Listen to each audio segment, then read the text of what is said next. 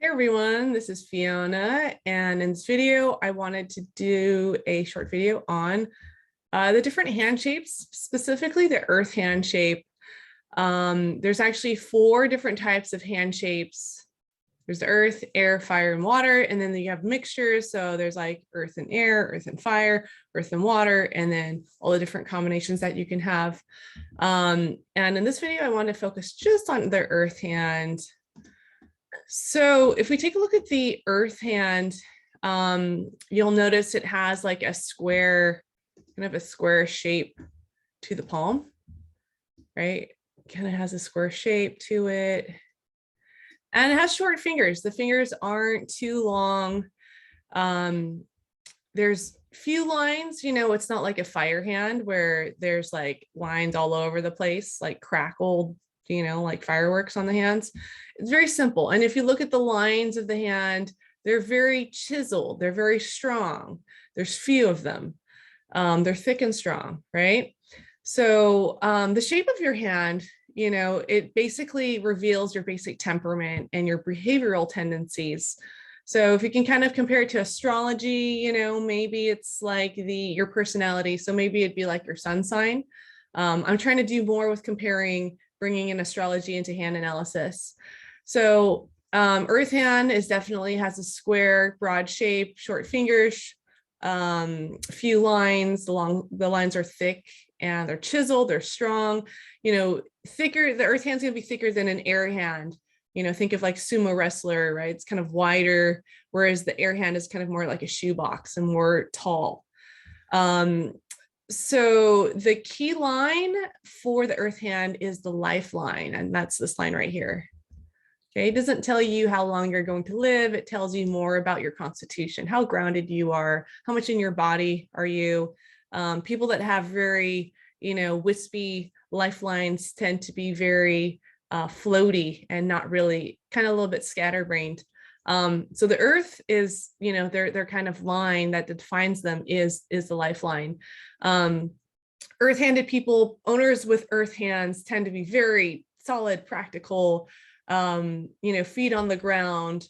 Their word is their oath. If they say they're going to do something, they're going to do it. If they, they're all about tradition. Things are a little bit more simple. Things are more black and white, rather than, like you might get a response like, if you were to ask like the different hand shapes, like, oh, how was the sunset? The earth hand would be like, oh yeah, it was lovely. It was pink and whereas a water hand might say, oh, and there were like shades and hues of purple and pink, and there was like little sparkly fairy dust, and the mood was like, like the water hand might get very emotional and more like have that imagery. And same with the air hand. Earth tends to be a little bit more simple. An honest day's pay for an honest day's work. They enjoy labor. They like to know that they built 3 feet of fence today. They like to know that they fixed the garage door. They like to know that they, got something done that's kind of like tangible. They tend to love nature, being out in nature. It could be hiking, it could just be living out there, building things, creating things.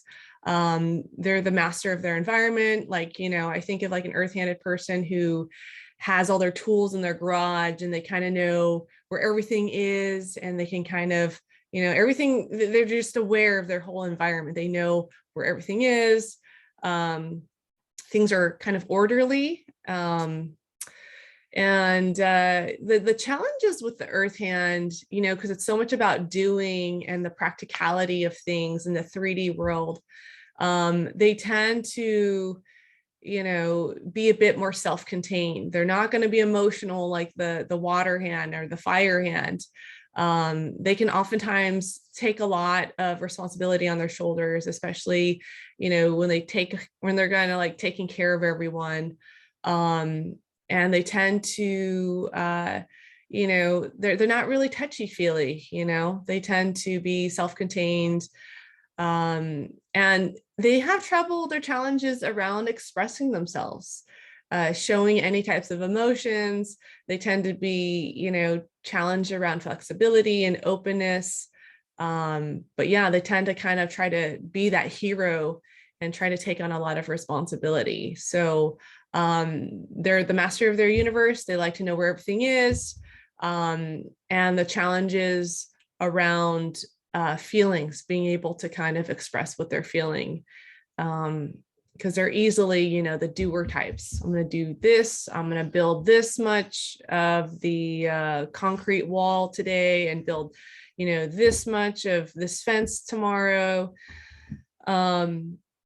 So how can Earth kind of incorporate more of the other elements? And that's where, you know, we bring the lines in and then the fingerprints, because remember, no one's really pure. This person isn't just going to be these elements. There's other things in this hand that sum up this person. But for now, we're just talking about hand shapes, just basic temperaments and, you know, kind of like behavioral tendencies for the different hand shapes that you have. So thanks for watching.